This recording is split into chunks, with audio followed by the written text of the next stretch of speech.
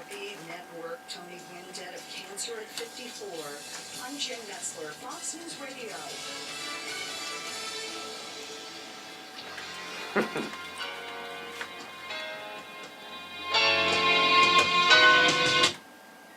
Coming up tonight on Speedway Line Report Radio, presented to you by Shaler Acura of Manchester, Connecticut. Here's our guest lineup for tonight.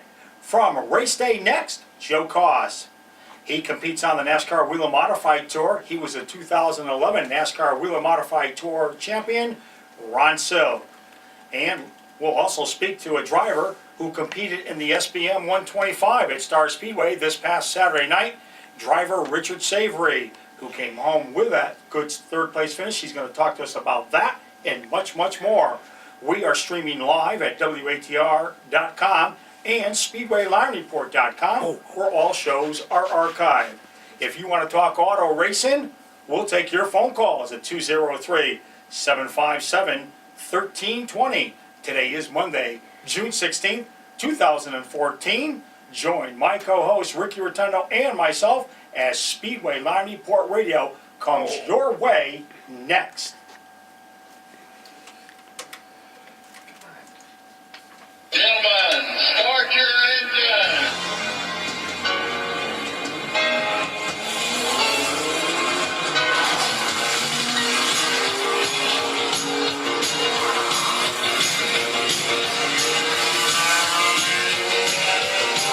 The green flag is in the air, and it's time for the Speedway Line Report, presented by Shaler Acura of Manchester, broadcasting from our WATR studios in Waterbury, Connecticut, and streaming live around the world. It's 90 minutes of auto racing news. Now, here's your... Hello everyone, and welcome to another edition of Speedway Line Report Radio. Gary Danko here in our Waterbury studio at WATR 1320 AM, right alongside my co-host Rocket Rick Rotundo from R&R Fabrication. He's also the crew chief on Eric Burns' SK Modified number 66 that competes over at the Stafford Motor Speedway. Tom Ormsby, the webmaster of SpeedwayLineReport.com. Of course, he's stationed in Lecanto, Florida. We've got the YouTube man, Robert Baggett.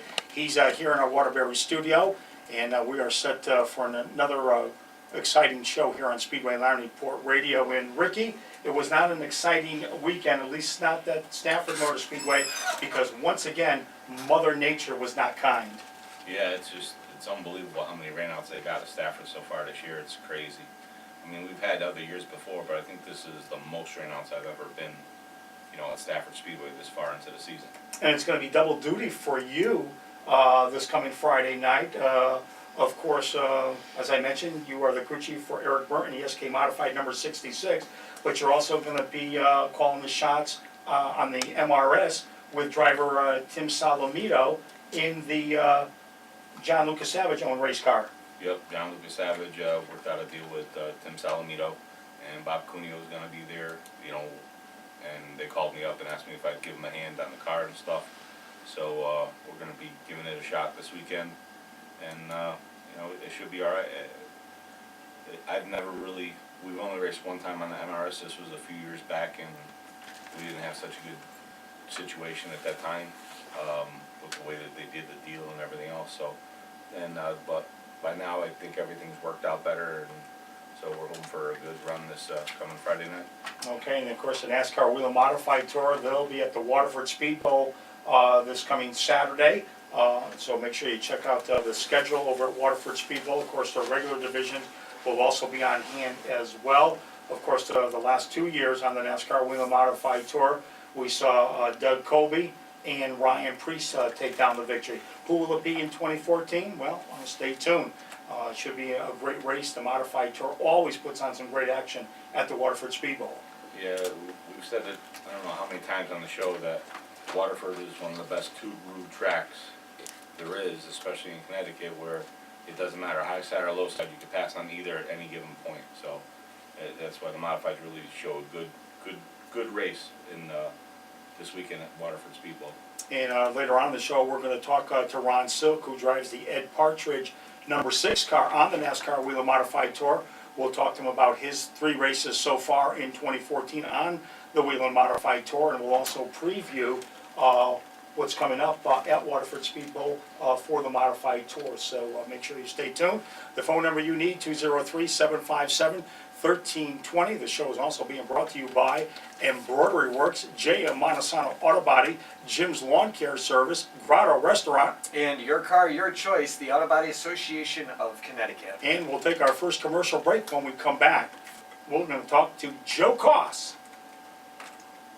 To Shaler Acura and test drive the all-new redesigned RDX 4 Dave, you're right on it utility. Built today. for the size of your life, You're right the on it all-new today. RDX reflects I a new was. kind of luxury I was hitting the button and values the nothing was resourceful. going on. That An wasn't my engine that's fault. powerful yet We'll give you the benefit of the doubt because that button is stuck. A design that It's puts the excellence computer ahead of program. It's excess. not Come to anything that I can Shaler do. Acura today and test drive this exciting all-new No, we gotta give him or that. see We it gotta on give him the that web credit at there, because- ShalerAcura.com. Shaler They can't Acura, fix that? 345 Centre Street, Well, I don't think Manchester. that, I Exit mean, it's 60 off something that's I-84. within the computer program. Nowhere else but That's the Shaler way the Acura in computer Manchester, program where it. you find You know, Gary's you'd best have to get selection a of whole new quality pre-owned software certified and a Acura whole new automobiles. program in These order for that Acuras to will help happen. you in a great way to enjoy the Acura ownership experience. Whether it's fully TSX RDX That or was- gorgeous TL, yeah. MDX, Well, or RL, every well, certified that's- pre-owned Acura And the comes with a YouTube man 7-year will be at the Waterford 100,000 Speed Bowl mile Saturday? I think so. ShalerAcura.com or visit them at 345 Center Street. I gotta get there early so I can get a place to film from. Nowhere else Now, will where do you find normally, when you go pre-owned there, where do you easier film than from? Shaler Acura. Well, the last 2 times I was in the first Opinions corner. expressed on the Speedway Line Right at the Report do very not top. necessarily reflect those of WATR management and staff, or the management and staff of the SpeedwayLineReport.com or VintageModifieds.com.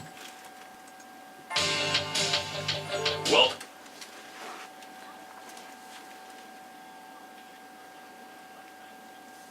Your Car, Your Choice, the Auto Body Association of Connecticut.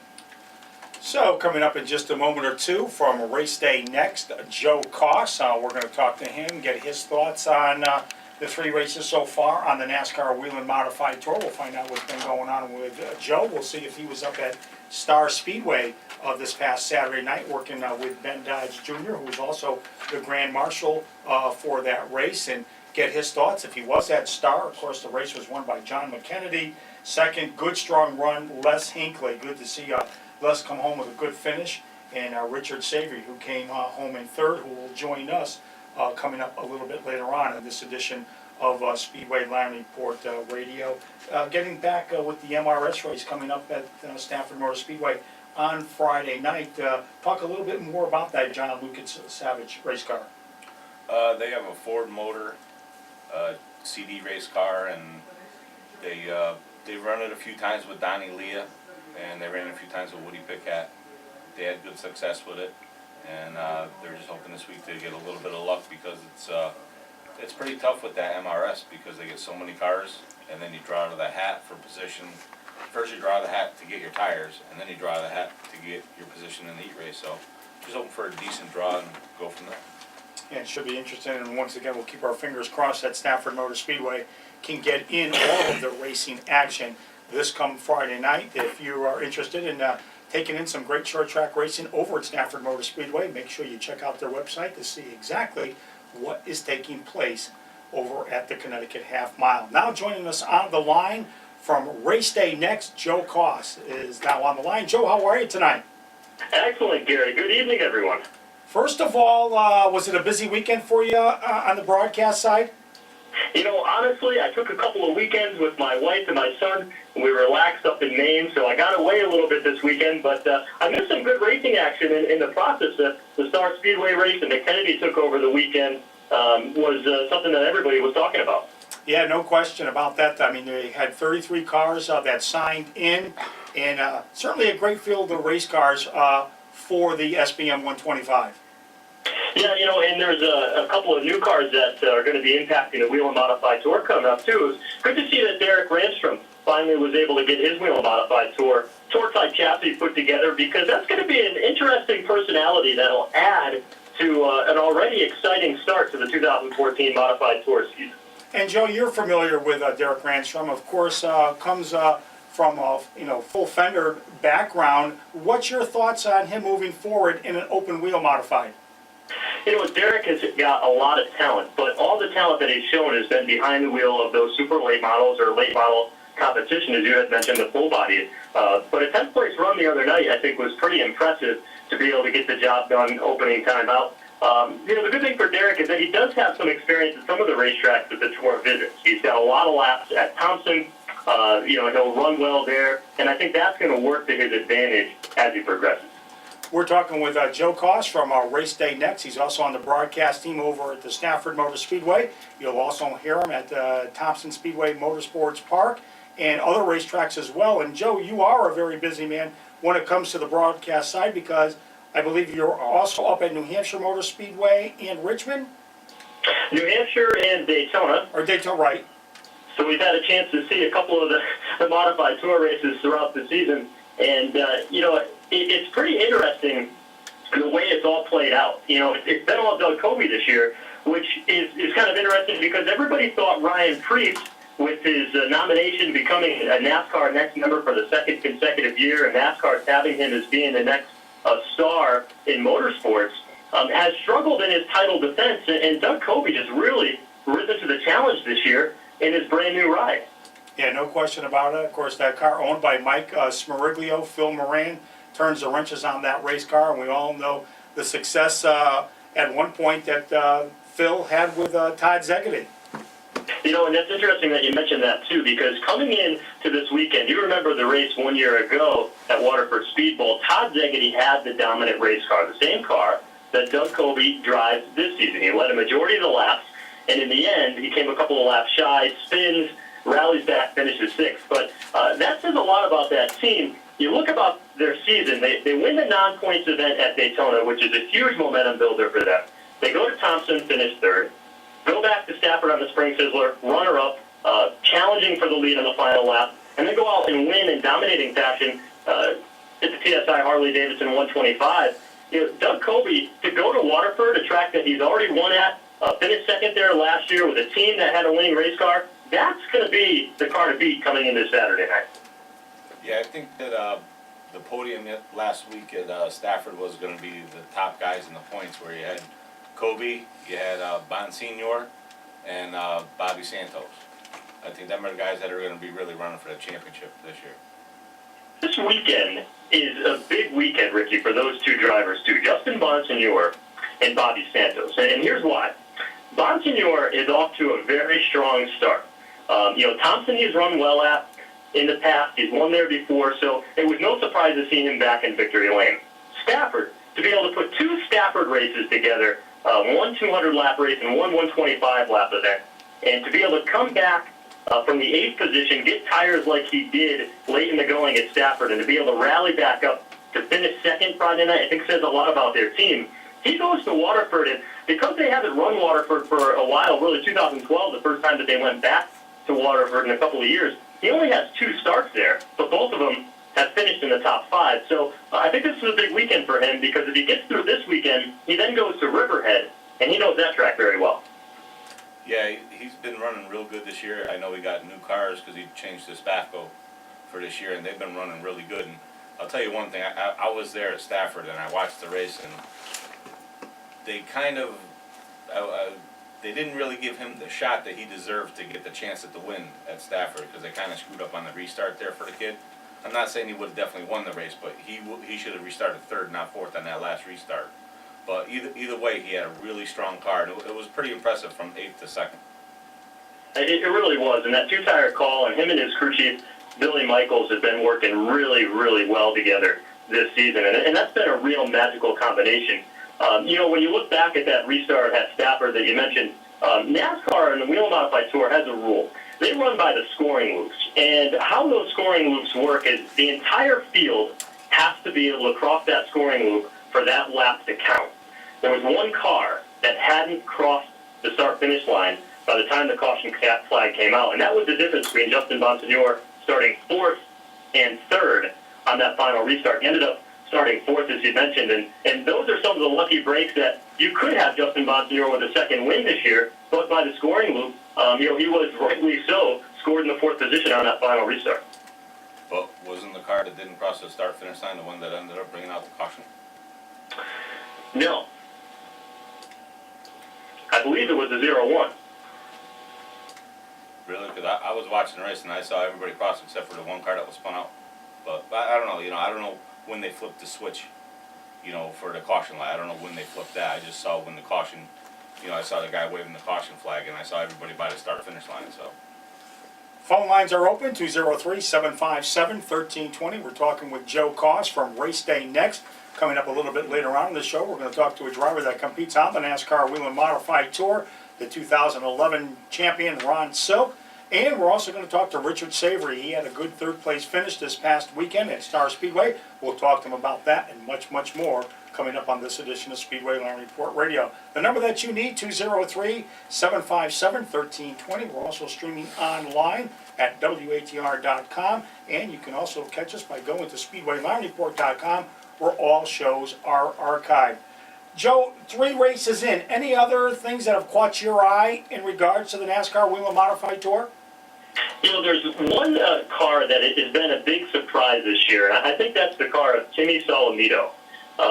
He's come up out of Long Island, the Riverhead area, had run down there for a while. Now his brother Sean, who's a former track champion down at Riverhead in their Torsight Modified division, coming up and running as well. But that's been a very impressive combination. A few years ago, Timmy Solomito ran a car as a team car to Ted Christopher, and it was run out of Eddie Whalen's trailer, and Brad LaFontaine looked over the race car. He went out, he qualified well, and he ran pretty well, and he turned a lot of heads then. But to be able to come back a few years later and to really be this consistent early on, I think says a lot about the talent and the operation that they have going on this season. Yeah, no question about it. Certainly a driver that can certainly get the job done.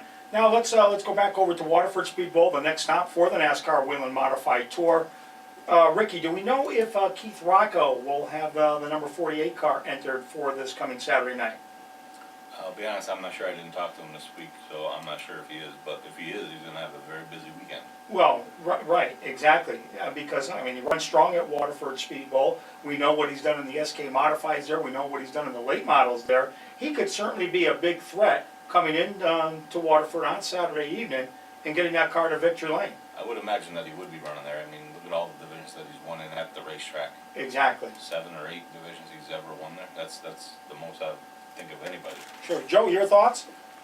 Yeah, it'll be interesting to see how Keith Rocco does. Shall he be entered for the race this weekend? He has had, very quick race cars when it comes to the modified racing series, which those cars are pretty much the same. Rules a little bit different on how the race plays out, but he hasn't been able to find that magical combination as of yet with his operation on the Wheel and Modified Tour. Remember a few years ago when he was running the Eddie Partridge car, he had some very good runs in that race car. He even had some good runs in Joe Brady's car when he ran that first select event. So I think when they hit on it, they're going to be contenders, but there's just one little ingredient that they're just missing that they just haven't found yet this season with the new combination. Yeah, should play very interesting. Once again, Joe Coss from Race Day Next is joining us. And Joe, let's talk a little bit about Race Day Next for the folks that may not be familiar with that. Bring us up to speed. Well, in the winter, we went and started a little project that we do call Race Day Next. And basically, it's about a 4-minute video segment that gets you ready for the race weekend ahead, hence Race Day Next, and gives you a little rundown on what to expect when you get to the racetrack for the Wheel and Modified Tour. And it's all video-based, and so you can find it on YouTube.com/RaceDayNext, or you can like it on Facebook, Race Day Next. And that way you can stay up to date and have a good idea of all the inside information heading into the race weekend ahead. Now, your main job, you work over at CPTV. Tell us a little bit about that. Yeah, whether it's at the racetrack or at my day job, I always end up involved in TV operations one way or another. So, yeah, I manage Connecticut Public Television and the production aspect of that. And so it has me very, very busy. Get a chance to do a lot of different projects, from concerts to interviews with guys like Billy Joel and all kinds of stuff. So we have a lot of fun with that. We've got a great team over there. And that's been fun, and it's really played well into the motorsports side. It's a good balance and a good combination of storytelling. That's what CPTV is known for, and hopefully I can bring a little bit of that to the racetrack too. And we do have some news, Ricky. Keith Rocco is going to be racing his tour car at Waterford this weekend. So Good to see. I think that's one of those factors that just adds that extra level of excitement in a modified tour race. Because why? He's not running for the points. He can lay it all out on the line, and so it's going to be interesting to see how he does this weekend for sure. Yeah, no question. And let's talk a little bit about Ted Christopher on the NASCAR Wheel and Modified Tour. I mean, he's been in the top 10. But your thoughts, Joe? It's pretty interesting with that team because, a few years back, that chassis that he's running was the same car that Ryan Newman had campaigned with Kevin Bono Mannion up at New Hampshire. Remember, that was the car to beat. He'd show up with that bright neon yellow paint scheme, and everybody had their eye on that 7 New York car. It's the same race car that Ted Christopher is driving this season on the Wheel Modified Tour in conjunction with Bobby Caton. They've had some top 10 runs, but they really haven't been able to come out of their shell yet. And Christopher's a former winner at Waterford, so with the amount of races that he has, more than just about anybody in the field, I mean, he can always be a contender there this weekend as well. Joe Coss from Race Day Next is on the line with us. The number that you need if you want to talk auto racing tonight, 203-757-1320. 203-757-1320. I'm Gary Danko, right alongside my co-host, Rocket Rick Rotundo from R&R Fabrication. Coming up, Richard Savary and Ron Silk. Back on with Joe Coss. Joe, we talked about the tour heading to Waterford Speed Bowl this coming Saturday night. Then on Saturday, June 28th, they go to the Riverhead Raceway. And then, of course, the modifieds at the Magic Mile at the New Hampshire Motor Speedway. But Friday, July 11th, that Friday, it's going to be some great times for the modified tour for that Wheeling All-Star race. Tell us a little bit about that and your thoughts. So that is going to be an event you're going to want to be there for. It's a 40-lap event split up in two 20-lap segments, and it's basically an invitation-only event, and it's all laid out on the NASCAR website. You can find it all there, and it'll tell you how you can get into the field. But it's going to be a who's who of modified tour racing from the north and from the south. $4,000 to win this event, 40 laps. These guys are going to go after it. And, when you go to New Hampshire Motor Speedway for a Sprint Cup Series weekend, the modifieds are the talk of the weekend because of the drafts, because of the lead changes, the passes back and forth. At the end of the day, when we were up there last fall, I was joking with Ken Squire. We were talking about the modified race, and he said, you look down on paper, and there were some odd like 20, 25 lead changes in the event. But they only count the lead changes at the start-finish line. So the rest of the time, they're swapping the lead through the corners on the back straightaway. It's not uncommon at New Hampshire to see 40 lead changes in the main event on Saturday. And with 40 laps on the line, guys, I think everybody is going to be going after it. Yeah, like you were saying with that race with Rome Pennick and Donnie Leah last year, them guys were swapping the lead back and forth, how many times per lap? Yeah, and of course, that was in the point race. Of course, this is going to be an all-star race. It's going to be great for the fans, great for the competitors, great for the sponsors. It's going to be a great afternoon of racing with that Wheeling All-Star race. Yeah, because they're cutting the race shorter, so the guys are going to be farther up on the wheel and trying to get it done right from the start. It's going to be like a regular Friday night race. And Joe, last Monday night here on Speedway Line Report Radio, we had Todd Zegedy, who was up there for that open test at New Hampshire Motor Speedway, driving the Rob Fuller LFR chassis, and he was pretty happy with that chassis. That's an interesting story. I'm glad you brought that up because, over the years we've talked so much about the Troyer chassis, and we've talked so much about the Spafco chassis, which Justin Bonsignor is running now this year, and the CD chassis, Chassis Dynamics, in modified racing, Raceworks, to name another. Most of the chassis on the Wheel and Modified Tour are Troyer chassis. So if everybody's running the same thing, how do you go out and beat them? Well, that's where Justin Bonsignor said, you know what, I'm going to run for the Barry family on the Modified Racing Series. I'll run a Spafco chassis on the Modified Tour. It's worked really well for them. And now Rob Fuller comes out and says, you know what, I'm going to get into the chassis business myself, and I'm going to get together and put together this LFR chassis company, which is based out of the Carolinas. And those chassis are already on the move. The Myers brothers have bought a couple of those chassis. Todd Zegedy, just on what you said, his report after the test at New Hampshire Motor Speedway, very confident in the balance that the race car has. And it was just June 1st that they rolled the first car out of the garage and put it on the racetrack. So this is a team that is going to be something to watch moving forward to see how Robbie Fuller can develop his brand new chassis in a world, in a modified division that is just steeped in tradition and history. Yeah, definitely going to be interested. And of course, Todd Zegedy, the 2003 NASCAR Whelen Modified Tour champ. But Joe, I want to thank you for spending some time with us on this edition of Speedway Line Report Radio. You do a great job, whether you're on the, wherever you're broadcasting. Your race day next, you do a great highlight package. Think it's fantastic. I know I talked to a lot of folks. They love it. And keep up the good work. You're doing a great job.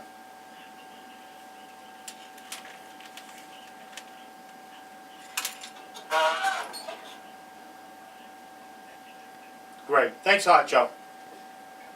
Joe Coss joining us on this edition of Speedway Line Report Radio. We'll take a commercial break. When we come back, we'll get all set for Richard Savary to talk about his third place finish in the SBM 125 at Star Speedway this past Saturday night. There's nowhere else but Shaler Acura in Manchester. Visit Connecticut's first Acura dealer and find out. Saturday. Saturday night. Right. Yeah. He left me the message, and I didn't get back to him because you know what? He doesn't have a cell phone. You left me a message. That's on, right? Yeah. You left me a message to make sure you say something on there about it. Yeah, oh yeah. Why did you say something? Just so we can keep this all going. Well, I did. Did you call myself? No, but somebody did it. And promote your company. Many customers and clients for the business. Well, I to instill a sense of pride. An important event or family reunion. Call Oh, yeah. Embroidery Works at Bigger, better, more. 860-747-9802. That's 860-747-9802. Now at 333 East Street in Plainville. That's 333 East Street, Plainville for Embroidery Works. Visit them online at embroideryworksct.com. Welcome back to the Speedway Line Report, presented to you by Shaler Acura of Manchester. And your car, your choice, the Auto Body Association of Connecticut. Welcome back, everyone. Gary Danko right alongside Rocket Rick Rotunda. We just heard from Joe Coss from Race Day Next. In just a couple of minutes, we'll be talking to Richard Savary, who was at the Star Speedway on Saturday evening. And we'll talk to him about that third place finish and more. This show is also being brought to you by Jim's Lawn Service out of Cheshire, Connecticut. When it comes to maintenance and lawn care, there's only one person that I suggest if you are in and around the Cheshire area. That's Jim's Lawn Service. Give Jim Marana a call at 272-2054. That's 203-272-2054. I know that number by heart. When it comes to maintenance and lawn care, of course, we said last week, or I said, that he is the mayor of the bowl because, Ricky, he does know a lot of people there. And, he loves short track racing. And he grew up going to Waterford Speed Bowl. He calls that his home track. I says, you may want to branch out a little bit this season. Maybe take in some racing over at Stafford Motor Speedway on a Friday night. Or, maybe catch a show up at Thompson later in the year, one of the bigger races. And, even maybe branch out going to New Hampshire. Can you imagine if he saw the modifieds at New Hampshire? Oh, he'd be going nuts if you saw him up in New Hampshire.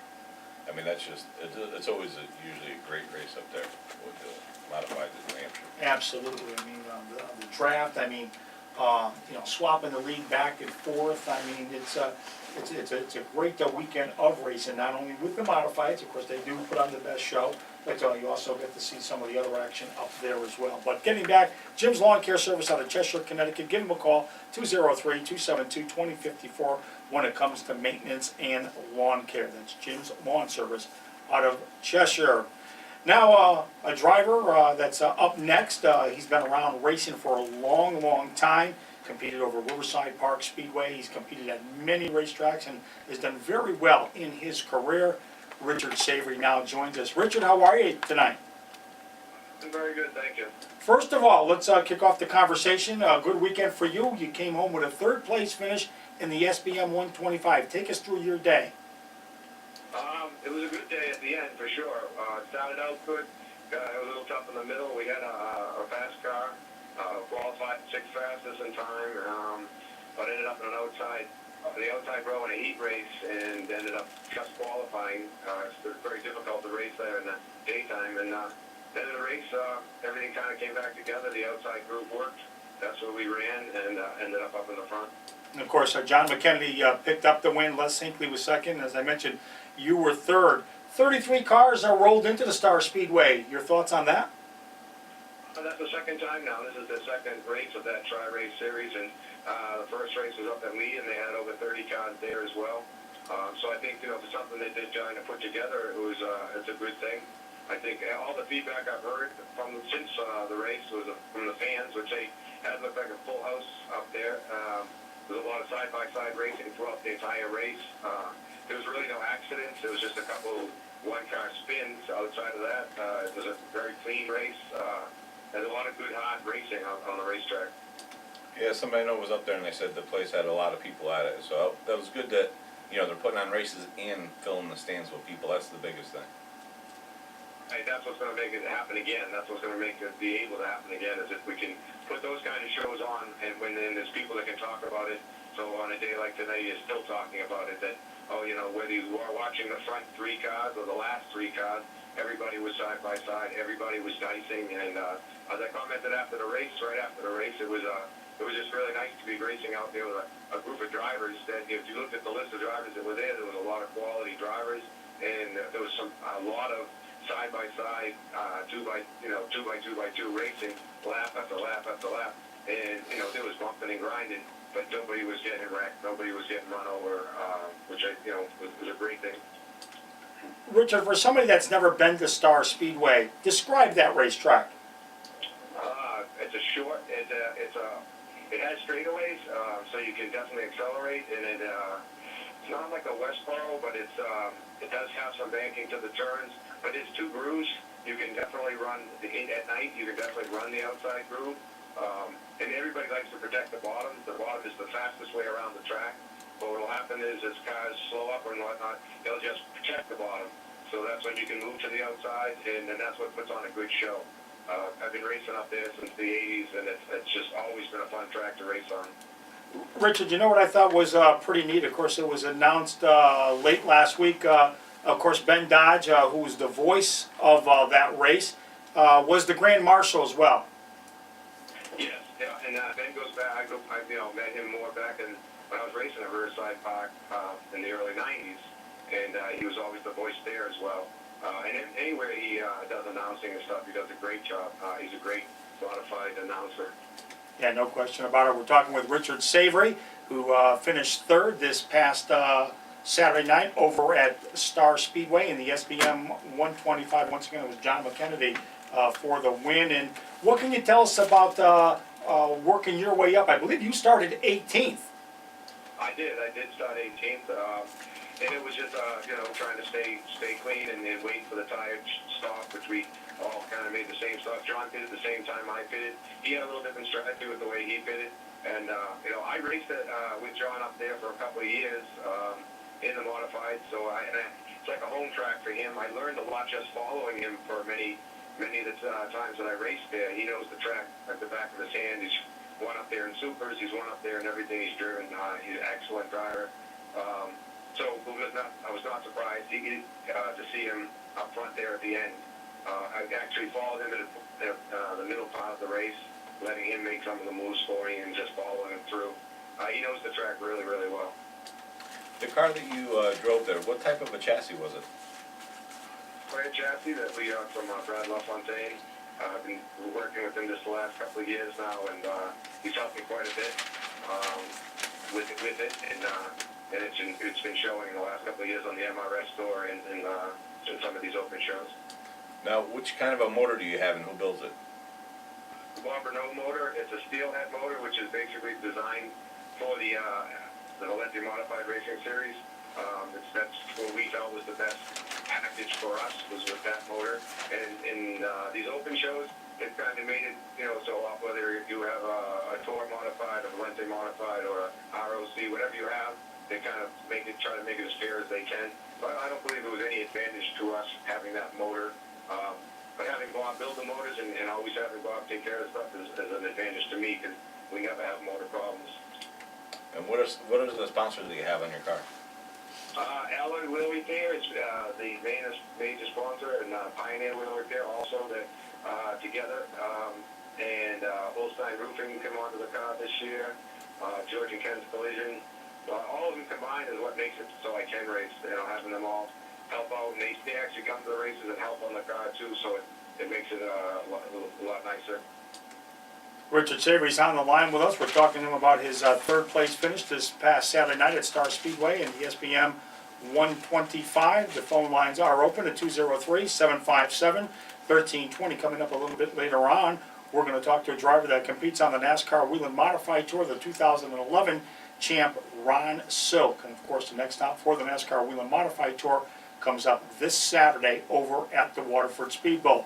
Back on with our second guest of the evening, Richard Savary. Richard, are you doing the full Volante Modified Racing Series for 2014? Well, we did last year, and the way we approached it would be the same this year. It's going race by race. We only have the one car, one motor.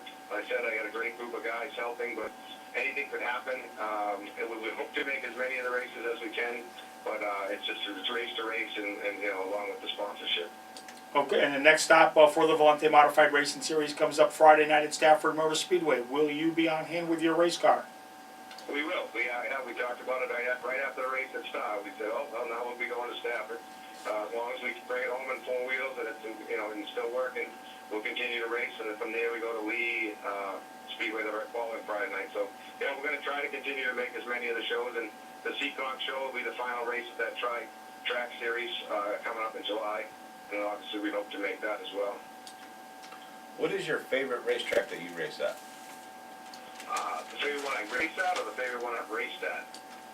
How about both? The best track I've ever driven on that to me, I always tell people about, I was fortunate enough when I was racing some tour racing, was Richmond, down in Richmond, Virginia. I ran the first race they had down under the lights. It was a modified, it was a 200 lap race. And just to have the experience to go around that track was just phenomenal. For the modified cars that, you know, people that have driven them know, you know, you could go so fast and side by side and almost 3 different lanes. It was just a great place for the cars. It's unfortunate that they only did it for a few years, but it was just to me that was my favorite track. Now locally racing around here, Thompson is my favorite track because it's a track that you can race the Subarus. You really can't be blocked. If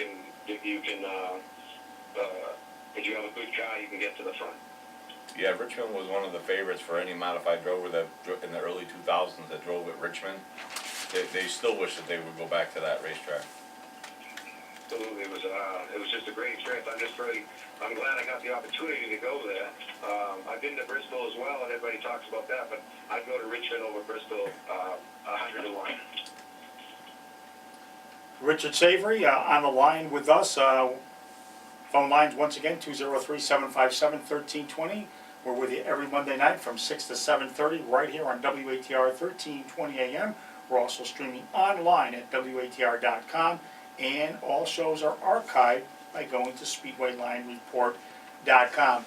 Richard, I mentioned a few minutes ago the next stop for the Volante Modified Racing Series this coming Friday night at Stafford Motor Speedway. I know everybody's got their fingers crossed because Mother Nature has not been kind to Stafford in 2014 when it comes to weather.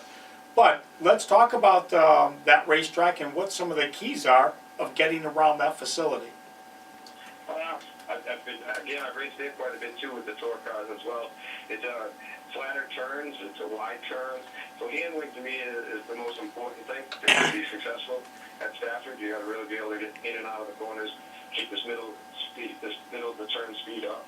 So that'll be our biggest key, and for being the biggest focus.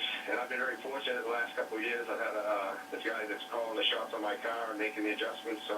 Joey Carrasas as an ex-driver, and he's raced on all these different tracks that we go to. And he's been making the chassis decisions for me, and it's really paid off quite a bit. You know, it was last week that it was announced on the Volante Modified Racing Series that race director Scott Tapley was stepping down.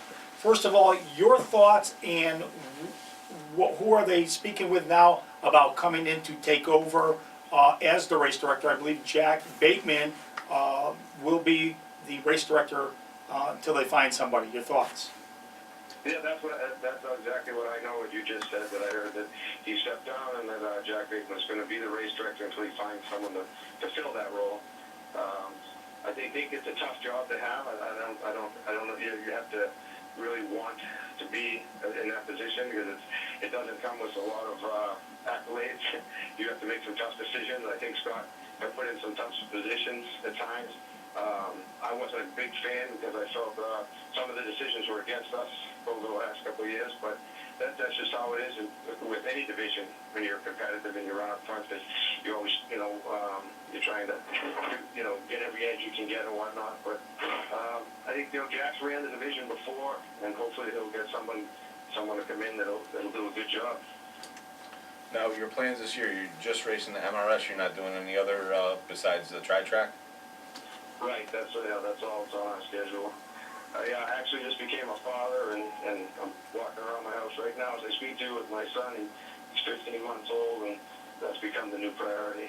Well, congratulations. Yeah, absolutely. Congratulations from all of us here at Speedway Line Report Radio. What's it like to be a dad? A whole life changer, I tell you. Nothing I was, nothing you can really plan for. It just when it happens, it happens. People can tell you what to expect, but until it actually happens, and it changes everything. Your whole life. But I mean, I think I'm glad I was a little older and I did what I did when I was younger. And right now, it's been a great experience. And going back in your racing career, we're going to take a couple steps back. I mean, you ran Pro 4 Modifieds for how many years? I started back in '86 and ran them for about 4 years into the early '90s, and then I actually took the step right from there into a modified, and was going to Monadnock and Riverside Park and some tour racing, and did it as long as we could until financially we couldn't. And then I went back into Pro 4s for a while, and then back into the modifieds, and it was just a back and forth thing based on finances. And of course, we all know the success that your dad had driving in the Pro 4 Modifieds, and of course, he also ran regular open wheel modified race cars as well. Right, back in the 70s and 80s when I was growing up, that he was running the full modifieds at different tracks. He started at Norwood Arena and then went on to Seekonk and then did some Westboro and traveling. So that's what I grew up with, watching and helping him on his cars. And I was fortunate enough in the 80s that we spent a few years running the Pro 4s together against each other. It was very competitive, running against them. And then he continued to be very successful with them after I moved out. Richard, now you mentioned the Norwood Arena.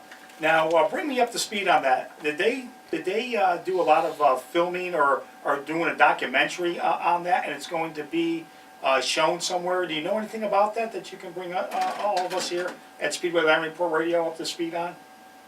I wish I had more information for you. I do know that they did do a movie on it. I do know that it's coming out. They're already pre-selling tickets for it. I have tickets to go. I don't even have the date to tell you, but I know I have tickets to go see it because when as a youngster, a really youngster, 4 or 5 years old, that's where I would go every Saturday night. I grew up less than a mile from Norwood Arena, so I could hear them race there every Saturday night. And so I'm sure there's going to be a lot of stuff in the movie that'll bring back memories. Sure. I was a track champion there, and I think it was 70, 71. The year before it closed, it burnt down, and that's how it closed and never got rebuilt. And that's how he ended up moving on and going to Seekonk and other tracks. But that was his Saturday night place, and that's where you look in the history books, all the big name drivers that went on, all were at Norwood Arena on Saturday nights. All the big names and stuff ran, Blair Berry and Bugsy and Freddie DeSaros and Dave Dion, they were all at Norwood Arena on Saturday nights. I mean, do you know a place where, anyone listening to this show could go to? Is there a Facebook page? Is there a website where we can steer them toward to find out more on this? I think there is a website page based on Norwood Arena Reunion, and if you go through the Norwood Arena Reunion, you can find that information. I said I got a call that they were getting tickets for the movie already. They were being pre-sold, and I'm going to be going to see it as soon as it comes out. Great. Well, Richard, thanks for spending some time with us on this edition of Speedway Line Report Radio. Great job this past Saturday night where you came home with a third place finish. Good luck this coming Friday night over at Stafford Motor Speedway, and we'll look forward to catching up with you soon. Richard Savary joining us on this edition of Speedway Line Report Radio. We'll take a commercial break. When we come back, Ricky and I will talk about some things maybe going on over in the camp of the number 66 race team, the SK Modified, that Eric Burnt drives over at Stafford Motor Speedway. And we'll talk to him about that when we come back. There's only one place to go. Shaler Acura in Manchester. Time is killed. Connecticut's first Acura dealer. Shaler offers the area's best. My uncle just got mentioned in a newspaper article. There's a lady that lived across the street in Cheshire. She was found dead in her basement. Did you hear about that? It's like literally like the first floor of her house just literally collapsed. And apparently she was like found in the basement. She was like one of those, yeah, she was one of those hoarder people. Yeah. Happened over the weekend, right? Yeah, It was over the yeah. weekend. Saturday morning. Where in Cheshire was it? It's right over by where Darcy School is. I don't know if you know where. I know exactly where Darcy. Yeah, it's literally like one road over. My grandmother like lives at the corner of Winslow Road and I think it's like Waterbury Road, the main road that goes down through. And it's like the first house on the right, it's right across the street from my grandmother. She said there were like police cars, ambulances, fire trucks. So. Welcome back to the Speedway Line Report, presented to you by Shaler Acura of Manchester. Your car, your choice, the Auto Body Association of Connecticut. Welcome back, everyone. Gary Danko here in our Waterbury studio at WATR 1320 AM, right alongside Rick Rotundo. Don't forget, the Grotto Restaurant, great food, closed Sunday and Monday. So if you like good Italian food, whether it's eat-in or take-out, stop by and see the good folks over at the Grotto Restaurant, 634 Watertown Avenue, Waterbury, Connecticut, only 2 minutes from the Route I-84, Route 8 interchange. Once again, the Grotto Restaurant, home-style pasta and sauces. So make sure you check out the good folks over at the Grotto Restaurant. Don't forget Ron Silk. He's going to be coming up after 7 o'clock after national news. Ron Silk, who was a 2011 NASCAR Wheel and Modified Tour champion. He'll talk to us about his season so far on the Modified Tour. And we'll preview Waterford Speedway with him as well. Find out what it takes to get around that racetrack. I know he's run well there in the past on the Modified Tour. I can remember Ricky when he even ran some SK Modifieds over there at one point. Yeah, he ran his SK down there. He won some races with the SK, and then he actually I crew chiefed the car for him. For the tour, we did a Stafford, Thompson, Waterford deal, and won New Hampshire, and he qualified I think 4th or something at Waterford. So he got the handle on that track pretty good. So we'll see how he does this weekend. And speaking of Waterford Speedway, they were in action this past Saturday night. No surprise, Keith Rocco in victory lane with his SK Modified. Craig Lutz, who was a guest on Speedway Line Report Radio a few weeks ago, would finish second. Ted Christopher was third. Tim Jordan and Kyle James rounded out the top 5. In the late model division, it was Keith Rocco to pick up a victory there. Another good strong run for him in that late model car. Yeah, it was another run for Keith in the late model, and Palmer came in second. So that's another good run for him, even though it's second again. But it's tough in that division. There's not a lot of cars, so you got to make your moves quick, and Keith's one of the best at making your moves quick. Yeah, no question. And Jason Palmer, yeah, as you mentioned, second place finish, another good strong run for him in that race team. Yeah, coming off of 2 straight wins and then having that there, because I think Keith finished second to him last week. Correct. And then, of course, the SK Lights were also on hand. Randy Churchill picked up the win there. Yeah, that was good for him. So, once again, the NASCAR Wheel Modified Tour, they'll be in town at the Waterford Speed Bowl this coming Saturday evening. If you want to see the Modified Tour, at when you and I talked about it earlier, Ricky, where the Modified Tour really puts on a great show, is at Waterford Speed Bowl. I know the last 2 seasons, or the last 2 years there, we've seen some good racing there with the Tour.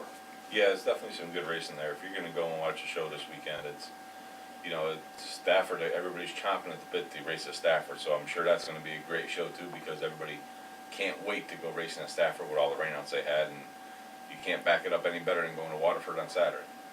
Now let's talk about Stafford Motor Speedway. As we mentioned last Friday night, rain once again. Of course, you're the crew chief on Eric Burns, SK number 66 race car.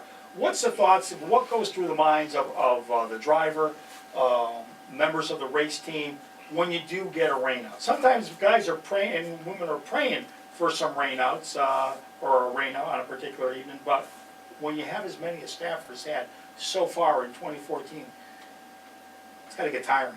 It gets a little bit tiring, but at the same time too, everybody still goes to the racetrack when they don't call it. Everybody's waiting to race because they want to race. The whole crew's there and everything else because everybody wants to go racing. And then right now, all the talk that we're doing is, I wonder when Stafford's going to start doing double features. It's just one of the thought processes we have as a racer. You got a lot of rainouts. Hey, we get it. Start doing double features. We're ready. That's what it comes down to. You have to up the ante at the gate and do whatever you got to do to make your money. I mean, everybody has to survive. And that'll pack the stands too, putting a double race here for late models or a double race for the SKs. It'll help out everything just to, pad the purse a little bit, and, they split it, and then you make less, but you double races because they've done that before. But, it's just more racing for the fans to get the people to draw it to the track, and, so we're just waiting to see if they start doing any double races coming up. We're hoping.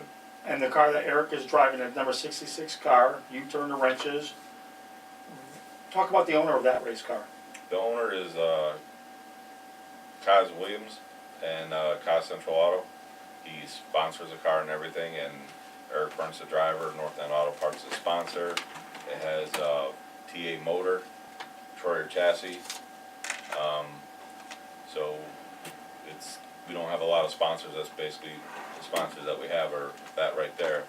And but they're just waiting to go racing. We have Eric's personal cars ready to go. We might be taking the other car out for an MRS. We don't know yet. We might take the other car out for an SK run because everybody's getting bored. Right. So the other car might be venturing out fairly soon, even though we were planning down toward the end of the year. It might be coming out sooner than later. Just everybody wants to go racing, and all the guys on the crew were, Bob Horn, the car chief, and Matt, Rob, Lib, his girl Dana's always there. I mean, everybody's at the track every week. They're just waiting to go race. Sure, team effort. Yeah, it's a total team effort, and everybody wants to go racing. Everybody's like, oh, you don't make any money at it. Nobody cares about making money. If we can cover expenses, it's great. We'll complain about it now and then, like everybody else is going to do. But we love the competitiveness of the racing. That's what drives us. So. Well, hopefully, like I said earlier, Stafford will be able to get all the racing action in this coming Friday night. If you're looking to head out to see some good track racing, why not Stafford Motor Speedway, half-mile speedway, great food over there. Yeah, they got some turkey wraps and stuff. It's what I usually get there, or when I feel like making the very long walk from where we park, I go get fried dough. Oh, there you go. But I got to walk around the world for that compared to where we park. So. Now, it's only Monday. Hopefully, once again, weather will cooperate with the folks over at Stafford Motor Speedway and the competitors so they can get all of their racing action in. 203-757-1320 if you want to talk auto racing with us after national news, which is about 30 seconds away. We're going to be talking to Ron Silk, who runs on the NASCAR Wheel and Modified Tour. He was a 2011 champion.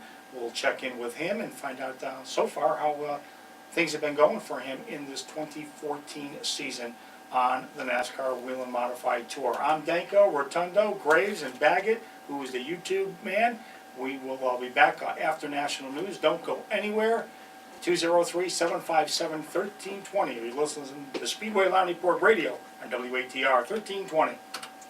Your radio station for news, talk, and entertainment. 1320 AM WATR Waterbury. There's potential for tornadoes through the evening hours. YouTube man. Like I said, YouTube man. That's right. They know who you are. They know why. That was a good SK race. Cloud SK light race.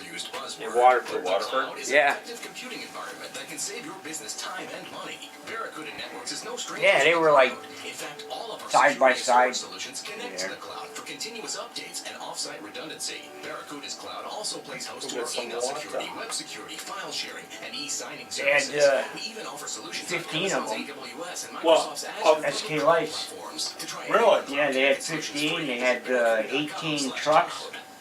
Oh, that's a pretty good field for trucks. For trucks, they had 18, yeah, that was a good show. They're getting more of them than late models. Yeah. They get more SK lights than late models. And they had, actually, they had 14 late models. That's like a big field for them, the late models. Yeah. Plus aloe and vitamin E. It's fast relief on contact. Feels better already. Who's up for a hike? Look at the big kitty. I'm out. Gold Bond 18 Rapid SKs. Relief starts now. 18 SKs, 14 late models. Again decides to act on his own. This time 20 the street issue was stocks. job discrimination based on sexual 18 orientation. mini There stocks. is no federal law against it, and the House has blocked a Senate attempt Yeah, to there was write one. 15 So a White House official says lights President there Obama and 18 plans to sign an trucks. executive order Yeah. banning sexual Yeah, it was a- orientation job discrimination by federal contractors. That's a good field of racing nowadays. Yeah. You have all them cars at the racetrack for a regular Saturday night. Yeah, usually the trucks, you got like 9. Yeah. Congress, You know? earlier he issued executive It's the orders Thompson, raising the minimum wage where and they would, extending remember Thompson, overtime like pay last year and the for year, they would get contract single workers. card digits for 3 divisions. Yeah. That was just crazy. How do you survive that? Survive like that, yeah. They had a good, they had a decent crowd too. IRS is claiming a computer hard drive crash has wiped out more than 2 years of former official Lois. The YouTube guy. But in March, IRS Commissioner John But I was- Clifton told Utah Congressman I was Jason editing all day Sunday, communications were preserved. trying to They get get that. taken off and stored in servers. Now crap Congressman up. Chaffetz is furious. You gotta be kidding me. Fox's Mike Emanuel. All right, tape. It's still going. I'm not messing with that anymore. I'll have enough to record a You know what? show. Considered one of the You still have a top flip hitters phone? in the history Yeah. of the game. Yeah. I know. I don't have a smartphone. I'm one step in front of that. Yeah, he's still ahead of me. Yeah. I got a smartphone in my car, but I don't use it. Now Are you really? What company? I always had two phones. Same, different numbers though. But you don't use it though. You have the North Carolina. That's the North Carolina number out there, but it rings on that. Oh, If okay. you called that phone, this would ring. Are we behind 15 him? seconds. Here we go. Captain Clint Dempsey Yeah, I got a- first minute of the game, Team USA It's the same leading style the phone as this. half, The ones you can get 1-0 wet, in beat the on, World throw. Cup of Oh, yeah, American Same as football. my watch. I'm Jane Metzler, Everything. Fox News Radio. Welcome back to the Speedway Line Report, presented to you by Shaler Acura of Manchester. Your car, your choice. The Auto Body Association of Connecticut. Welcome back, everyone. Gary Danko here in our Waterbury studio at WATR 1320 AM, right alongside Rocket Rick Rotundo. Right across from me, pushing the knobs and the buttons, Tom Graves. He's been with me a long, long time. Some people say too long. And then, of course, we have the YouTube guy, Robert Baggett. You'll mostly see him over at Stafford Motor Speedway, but he went over to Waterford this past Saturday night to capture all the action there. If you'd like to subscribe to the YouTube guy's work, all you have to do is hit subscribe, and then type in Robert Baggett and the YouTube guy, YouTube, right, Robert? Right, That's yeah. pretty much all the information, and so that is how you can do that, Ricky. Yep, and I'm just wondering, Graves, you're wearing a competitor's shirt in here, ain't you? Yeah, it's out of Chicago, so you know, it's not- WC, what is it, WGCI, okay. Yeah, Yeah, Yeah. it's okay because it's Chicago. yeah, it's halfway across the country. I'm not going to worry. I have to tell you something. Now, I bet you didn't know, but Tom Graves, he's not Imus. Who's the morning guy that you like? Howard Stern? Howard Stern. Yeah. Have you been listening to Howard Stern lately? Not recently, but I catch him every once in a while. I don't think anybody does. No, well, if you have a satellite radio, you can. Hey, I mentioned Imus. Is he still around? Yes, he is. Yeah, Okay. still on WABC on New York. Well, he got put out and then he brought back in. Right. It's one of them things where Right. they get mad at you for a little bit and then they let you back in. Exactly. Yeah. Yeah, it's just, Is that kind He of was like up for how about auto racing is too? Yeah, they'll get mad at competitors, throw them out for the rest of their life, and 2 years later you'll see them walking back in the pits racing again. Right, then they throw them out again. Yeah, it happens in racing. I can't tell you how many guys that I know of that have been suspended for life from Stafford Speedway or suspended indefinitely, but it's just one of the things. As time goes on, you forgive, you forget. Right. It is what Exactly. it is. You made a strong thing. You showed everybody you were, gonna do something about it, which they did. Just like what I missed, they did. But after a while, hey, gotta get over it. Yeah, especially if you break the rules or whatever. And, I mean, that's really what Imus and Howard Stern, and they're paid to break the rules. Yeah, and sometimes they push the envelope a little too far. It's part of the game. Exactly. And coming up in just a couple of minutes, we're going to talk to Ron Silk, who competes on the NASCAR Whelen Modified Tour. Speedway Line Report Radio is presented to you by Shaler Acura of Manchester, Connecticut, and also being brought to you by Embroider Works, J.M. Montesano Auto Body, Jim's Lawn Care Service, Grotto Restaurant. And your car, your choice, the Auto Body Association of Connecticut. So we're going to get Ron Silk on right now, and we're going to talk some Whelen Modified Tour racing with him. This show is also being brought to you by J.M. Montesano Auto Body. They are specialists in auto collision. Make sure you check them out. J.M. Montesano Auto Body Works. All work is guaranteed. Located at 390 Lombard Street in New Haven, Connecticut. You can also give them a call at 203-865-1389 for J.M. Montesano Auto Body Works. Once again, specialists in auto collision. All work is guaranteed. 390 Lombard Street, New Haven, Connecticut. And I've seen the work that comes out of J.M. Montesano Auto Body, Ricky, and I'm going to tell you, they are certainly craftsmen over there, and the work is just unbelievable. Yeah, they do quality work at J.M. Montesano, so, good for them. If you have a problem, bring it over to the Auto Body guys. Okay, right now Ron Silk sounds like he's on the line, and he's all ready to go. And of course, he was a 2011 NASCAR Whelen Modified Tour champion. He drives the Ed Partridge number 6. So we'll talk to him about 3 races into the Modified Tour. Their next stop comes up this Saturday over at the Waterford Speedboat. We'll talk to him about that, and we are all set. Ron, how are you tonight? You bet, Gary. How are you? I'm doing very well. Thanks for being a part of the show. Of course, right alongside my co-host, Rocket Rick Rotundo. Let's talk about already 3 races in. Let's go back to the Icebreaker weekend and your run there. Yeah, I don't know, we didn't really run that well at the Icebreaker. We qualified like 16th or something like that, and I think we finished somewhere inside the top 10, but really didn't have a great car that weekend for whatever reason. And then you moved on to the Spring Sizzler over at Stafford. At Stafford, both races so far at Stafford, the Sizzler and the 125, we actually had a good car. Ran up in the top 5 for a lot of both races, and just had some things go wrong at the end where I think I finished 6th in one and 7th in another. So hasn't been the greatest start, but the last 2 races at Stafford, anyway, we've had a better car than our finishes have shown. Okay, as I mentioned, the next race for the NASCAR Whelen Modified Tour comes up this Saturday over at the Waterford Speedboat. Let's talk about the last 2 years there with you in that number 6, and what will be different this Saturday night for you and your race team. I hope a lot. Yeah, we ran the last 2 years. I don't know, for whatever reason there, we haven't really run that well either, so hopefully we can carry a little momentum from how we've run the last 2 races, where we've had good cars, and then stay out of trouble and get a good finish and try and get a win. Yeah, down in Waterford, you used to drive down there in the SKs, and then you drove a little bit on the tour back then too, and we talked about that a little bit, and I think it's one of your tracks that you could do very well at, and I know you only had a 6th and 7th place finish at Stafford, but I saw the runs, you did have a better car than your finish, but sometimes you need a little bit of luck to go along with that. Yeah, luck's a funny thing in racing. For a stretch of a few years, it seemed like everything kind of went my way. Nothing ever really, and over the last couple more, it's gone wrong than it's gone right. So, just kind of the way racing is. I've won some SK races at the Bowl. I've run good there in the past in tour races. Just hopefully we can get things turned around a little bit. And you're racing for Eddie Partridge again, and what type of cars does Eddie Partridge have in the stables over there? We run the Troyers. And who do you have for a motor this coming week? We will have, say, this coming week, I think there's a Hutter in that car. We've been running, Eddie's always had Hutter motors, and recently we've been switching over to Joey Caraccia motors. That's what we ran at Stafford the last race, and both those guys have done a great job for us. So Ronnie, let me get the picture straight here. So you have a couple different engines, engine builders that you guys can choose from?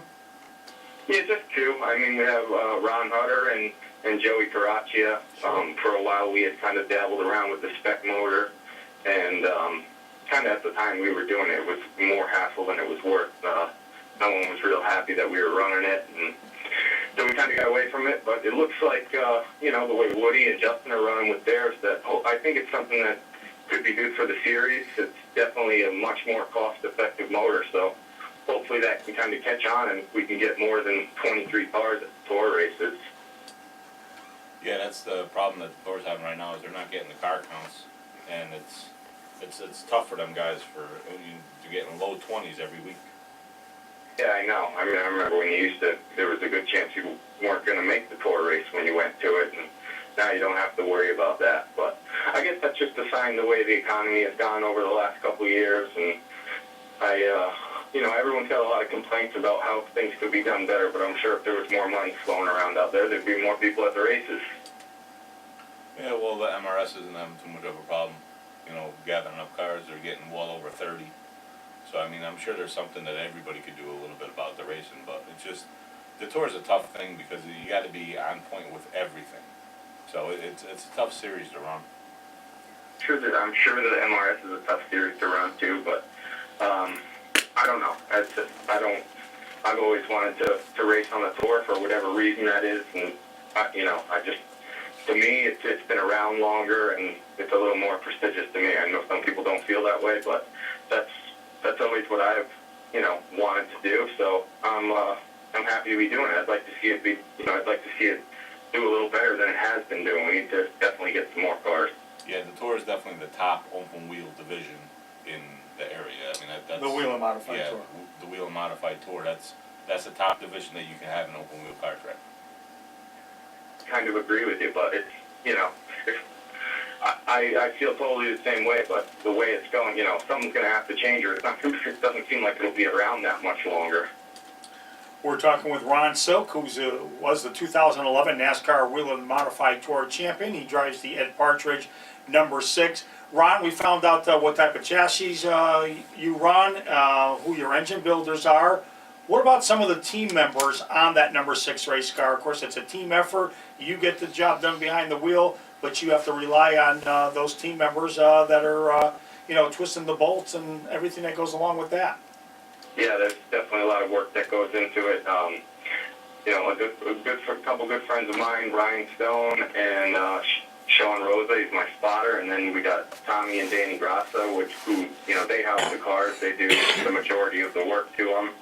Got another guy, Sammy Mazieski, and a couple of Eddie's guys down from the island that come up when they can. Obviously they have to be at Riverhead on Saturday, but they come up, Jay and John. So that's really the brunt of our team, but not the biggest team in the pits for sure, but they do a really good job.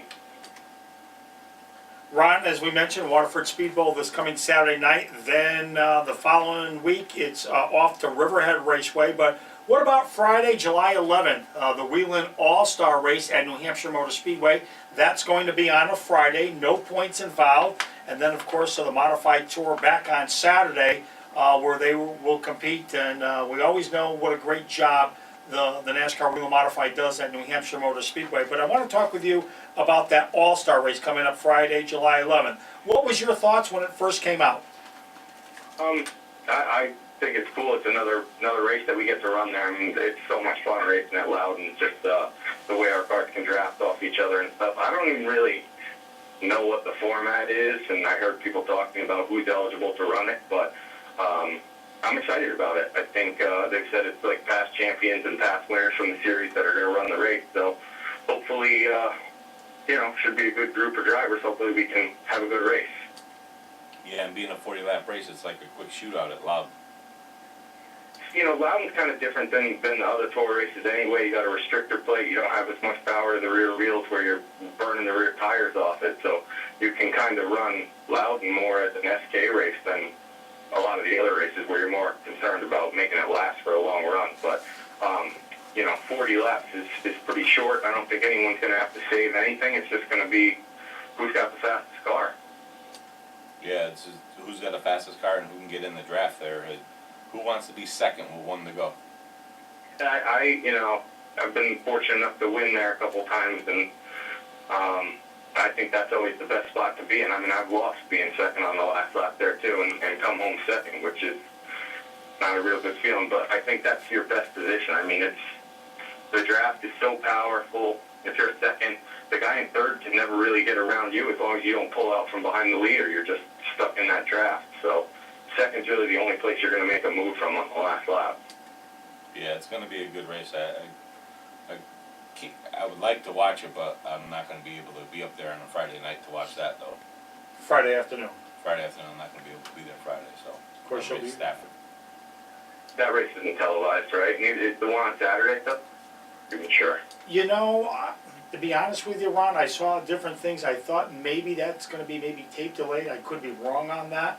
But I'm sure there's, if someone has the answer for that, they can give us a call here at 203-757-1320, 203-757-1320.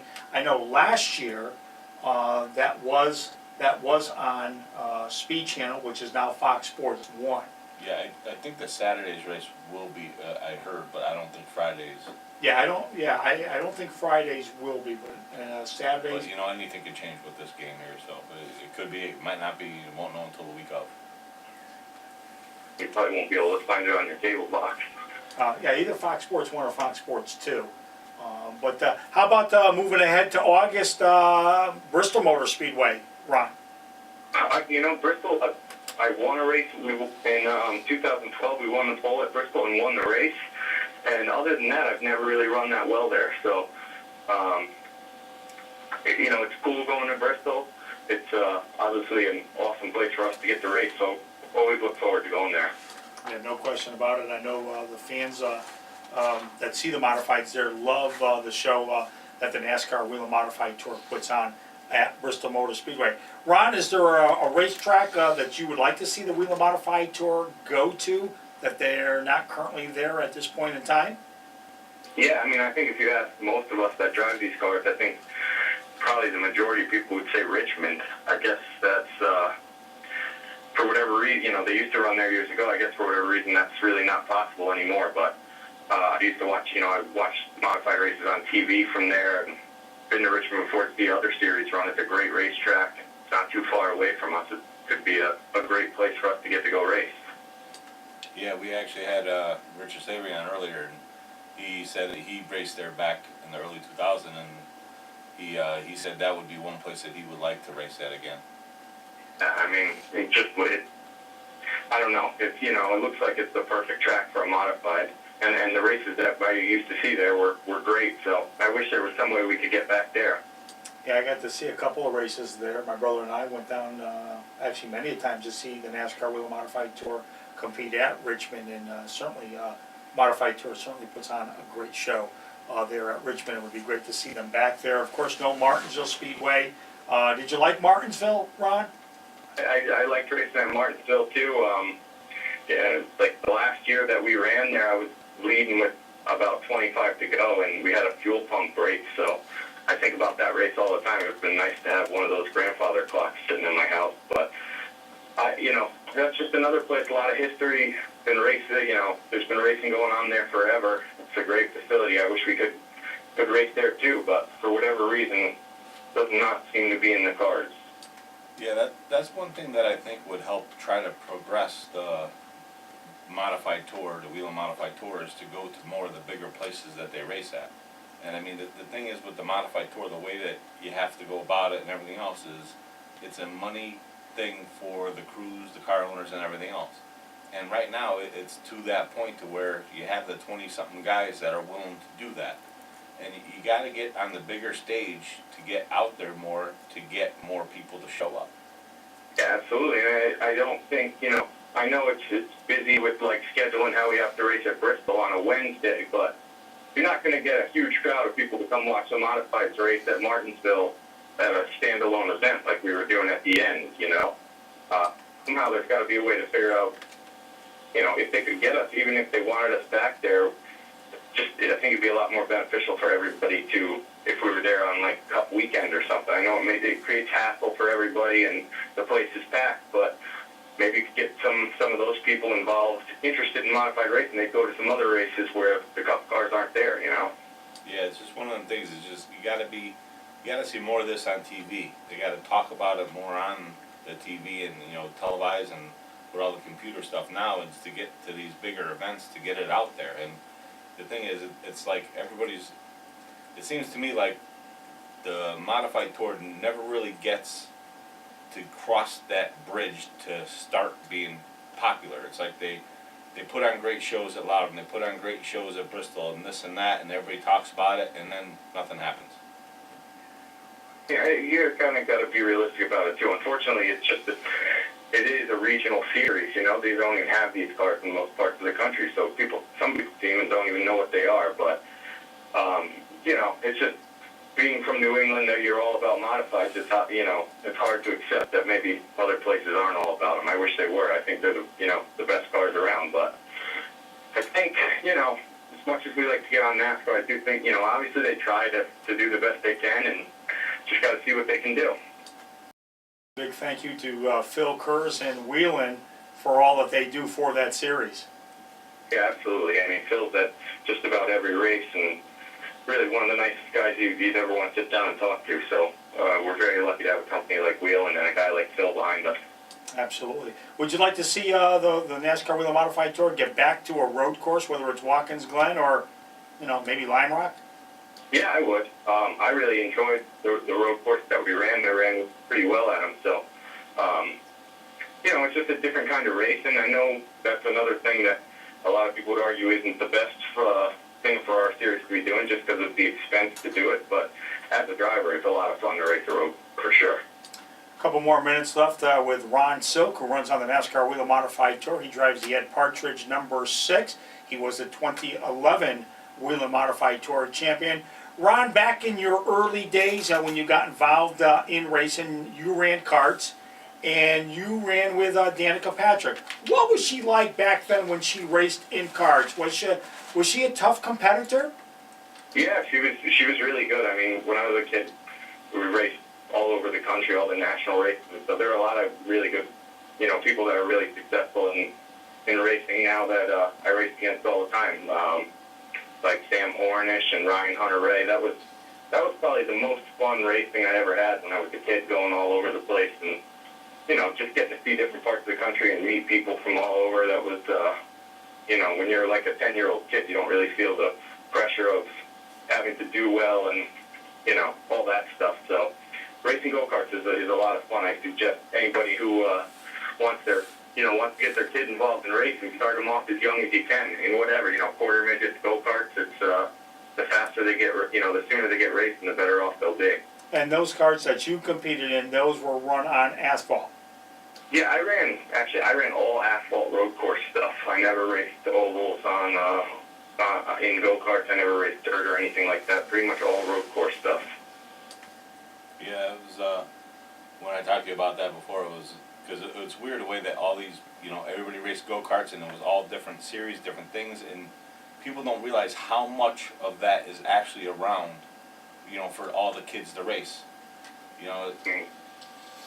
There's I don't know exactly how many, kart tracks and quarter midget tracks there are in Connecticut, but I know just in my hometown you could go down to, the beach on the weekends, and they're running go-karts down there every week down at the beach parking lot. So there's a lot of places you can go to do that stuff. Yeah, there's tons of different things. I mean, it's not hard nowadays with the computers to look up a place, and it's closer to you than you probably think it is.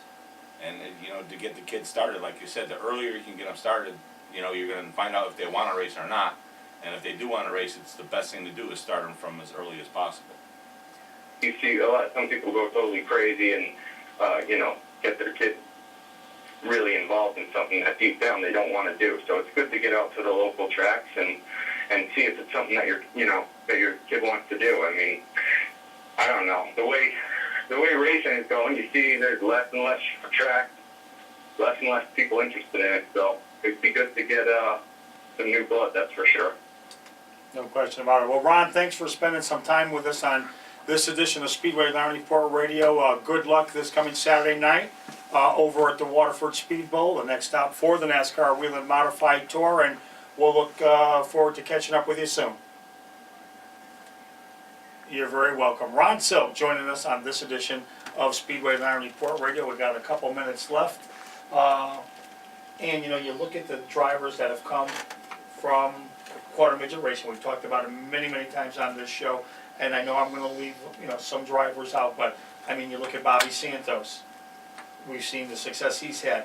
Doug Colby, Rene Dupree came from quarter midget racing. Ron Uhas came from the Silver City Quarter Midget Club. There's also the Little T up at Thompson.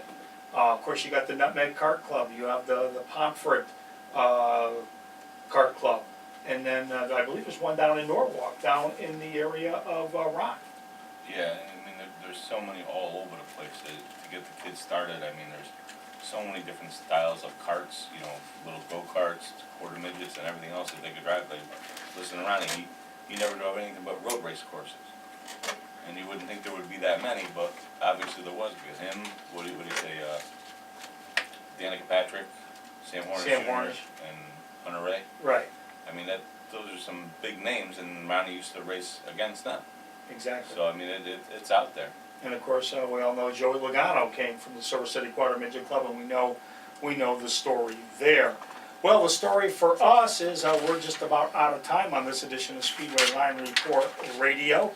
Speedway Line Report Radio is presented to you by Shaler Acura of Manchester, Connecticut, and also being brought to you by Embroidery Works, J.M. Montesano Auto Body, Jim's Lawn Care Service, Grotto Restaurant, and Your Car, Your Choice, the Auto Body Association of Connecticut. Big thank you to our guest tonight, Joe Coss from Race Day Next. We spoke to Richard Savary, who finished third at the SBM 125 at Star Speedway on Saturday night, and we just heard from Ron Silk. Big thank you to Robert Baggett, the YouTube guy, Tom Graves, Tom Ormsby, and Ricky Rotundo.